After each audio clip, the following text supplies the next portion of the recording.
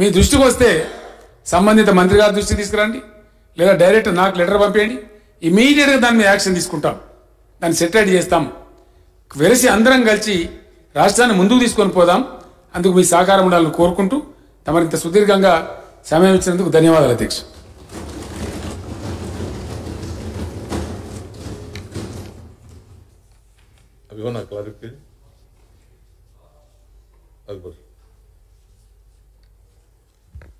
मोहतरम स्पीकर साहब, सबसे पहले तो मैं चीफ मिनिस्टर साहब का शुक्रिया अदा करता हूं कि उन्होंने हमारे मुतालबे पर CBCID की इंक्वायरी का ऐलान किया मौकूफा जायदाद पर ज़मीन पर। और दूसरी बात ये कहूँगा कि चीफ मिनिस्टर साहब और म्युनिसिपल एडमिनिस्ट्रेशन मिनिस्टर साहब ने तफसीली तौर पे तरक्याती सरगर्मियाँ जो अंजाम दी जा रही हैं इस पर रोशनी डाली। न सिर्फ रोशनी डाली बल्कि उन्होंने पूरी तफसीलात के साथ नोट भी यहाँ पे रखा। और अगर देखा जाए तो 60 पेज का नोट है, जिससे खुद साफ जाहिर होता है कि किस तरीके से तरक्याती सरगर्मियाँ अंजाम दी जा रही हैं, जिसके लिए मैं हुकूमत को मुबारकबाद देता हूँ, इसलिए कि काफ़ी काम हो रहा है। और उसके साथ ही साथ मैं चीफ मिनिस्टर साहब के तवज्जो इस बात पर भी ज़रूर लाऊंगा कि हमारी पार्टी की जानिब से आपने जो ऐलान किया कि शहर के 4 तरफ में नए बड़े सुपर स्पेशलिटी हॉस्पिटल्स के क़याम के लिए हम इसका भी खैर मुक़द्दम करते हैं और हमारी पार्टी की जानिब से मुकम्मल ताउन करेंगे। और ये भी कहूँगा कि हमने उस्मानिया हॉस्पिटल के ताल्लुक़ से कहा, चीफ मिनिस्टर साहब ने कहा कि वो मीटिंग ले रहे हैं और इस मीटिंग में उस ताल्लुक़ से भी ज़रूर बातचीत करेंगे। मगर मैं फिर से मुतालबा करूँगा कि उस्मानिया हॉस्पिटल को भी ले लीजिए, उसमें तामीर के लिए हमारे पार्टी का एक स्टैंड है जो आम हो चुका है और हमने वो उस ताल्लुक़ से भी पुराने शहर के लोगों को काफ़ी सहूलत होगी। और तीसरी बात, वो फ्रूट मार्केट के ताल्लुक़ से भी हमारे पार्टी की जानिब से इस मसले को उठाया गया था। चीफ मिनिस्टर साहब ने दवाखानों की बात कही है, तो मैं चीफ मिनिस्टर साहब से आपके ज़रिए एक ही दरख्वास्त करना चाहता हूँ, अगर आपकी तरफ से अगर आप इजाज़त देते हैं और महमूद अली साहब को और एग्रीकल्चर मिनिस्टर साहब को अगर आप बोलेंगे तो फ्रूट के मार्केट के जो लोग हैं उनके साथ हम भी बैठकर एक मीटिंग करते हैं।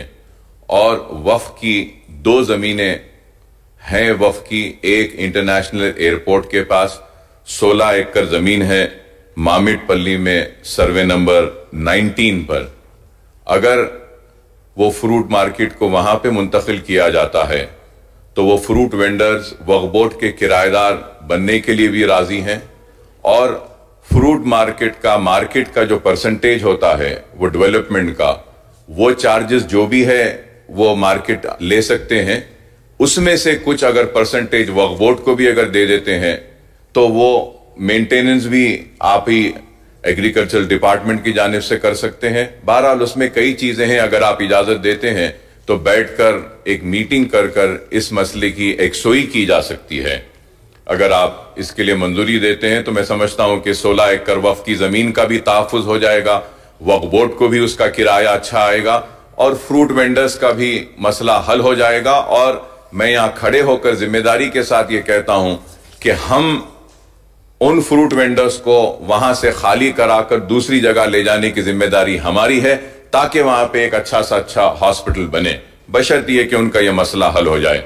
And sir, I would also like to request once again reiterate the demand of my party for comprehensive scheme for regularization of encroached lands on lines of GO 58 and 59, revival of building regularization scheme, reopening the layout regularization scheme once again, providing one-time opportunity to the unassessed property owners to get their properties assessed for property tax, and one-time opportunity to the owners of property under notarized transactions to get their properties registered on the lines of Saida Bainama for the agricultural land transactions. Sir, یہ بہت ہی اہم مسئلہ ہے.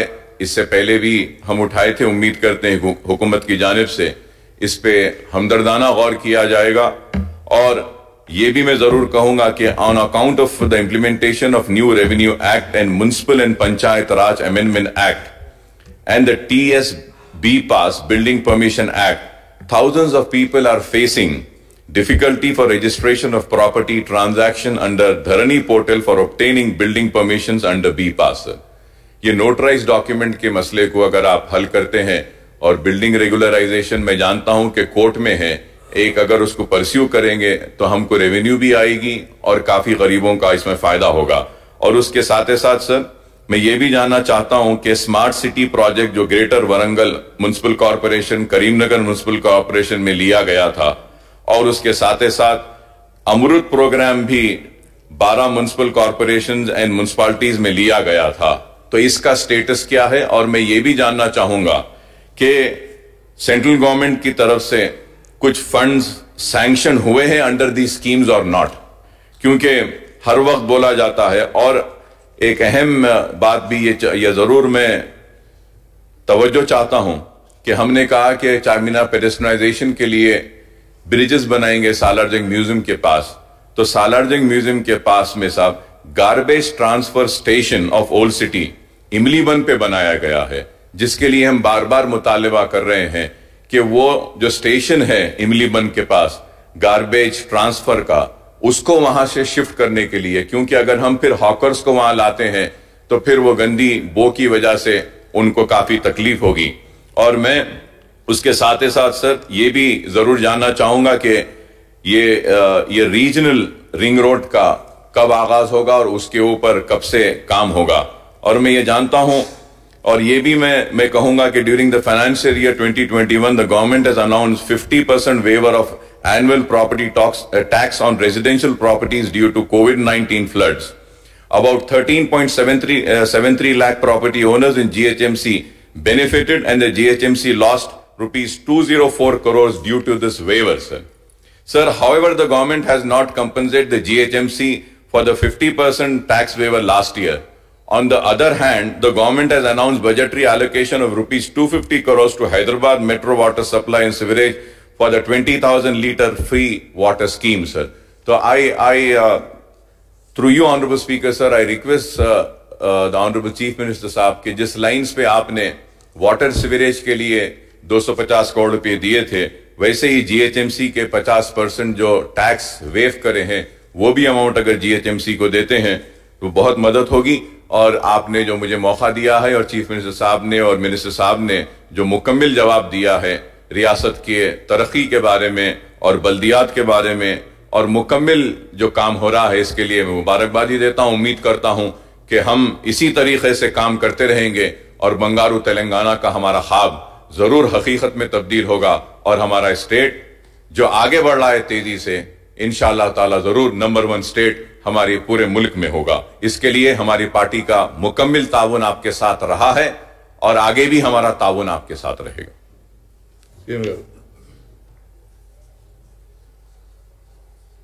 I thank Mr. Akbaruddin Owaisi for the praise of word for the government. دوسری بات ہے, 2-3 بات انہوں نے کہا ہے کہ امرت میں کچھ پیسے کیندر سرکار سے آئے, کیا آئے ہیں؟ ضرور آئے ہیں.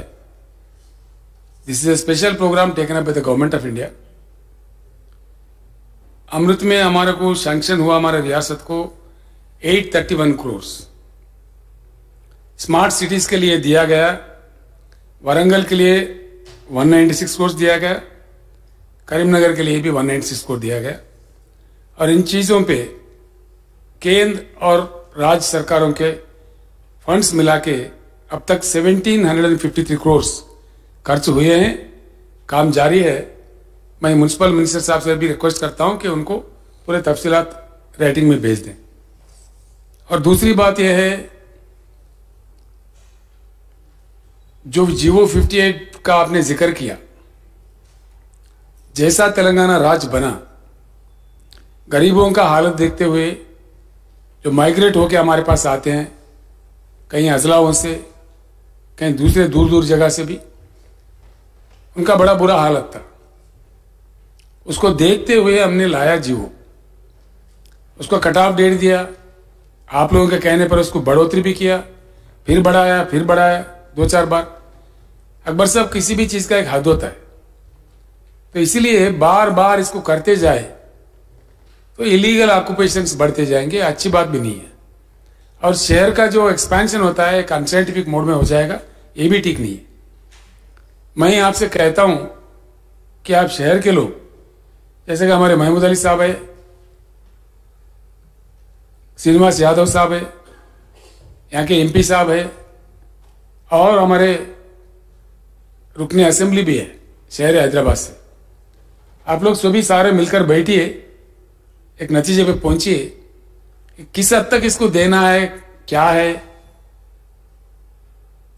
हमारा हमदर्दी है गरीबों के साथ, ये नहीं है कि नहीं है, लेकिन इसका एक एम्बार्गो भी होना चाहिए।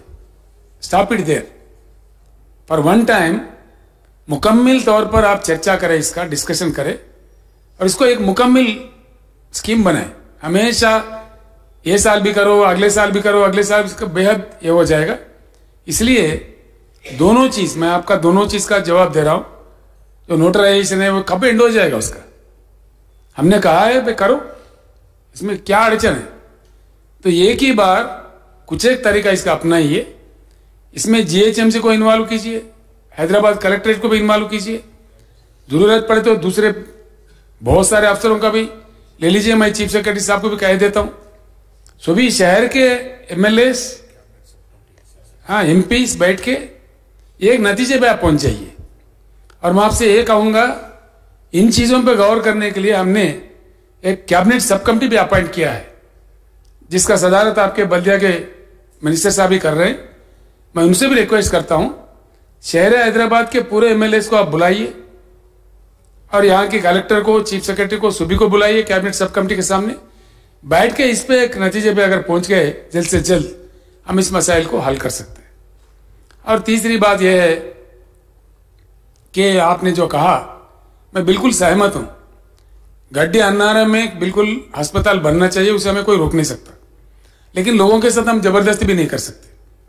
हमने उनको काफी मौका दिया, बाटा सिंगारा में सब बना दिया, वहां उन लोगों को जाना चाहिए। वो आप भी मशवरा दीजिए उनको, बिना किसी तकलीफ देते हुए वहां निकल जाए। दूसरा बात आपने जो रखा है एयरपोर्ट के पास और दूसरे जगह जो काफी जायदाद है 16-17 एकड़ का, हम वहां भी फ्रूट मार्केट बसाया जा सकता है। मैं बिल्कुल आपसे सहमत हूं।